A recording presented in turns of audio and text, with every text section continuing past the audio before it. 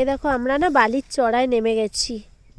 এই যে ওপর থেকে আমরা এই ওপরে ছিলাম, ওপর থেকে আস্তে আস্তে ধরে ধরে নিচে নেমেছি। আসছি আসছি, দাঁড়াও আসছি। এই দেখো এটা বালির চড়া। মা এই দেখো নদীর কাছে চলে এসেছি একদম। তুমি এদিকে এদিকে আসো, এদিকে আসো, ওই নদীর জলে হাত দিও না। চলো এদিকে আসো, এখানে এখানে আসো, এখান দিয়ে আমরা নদীর কাছে যাব।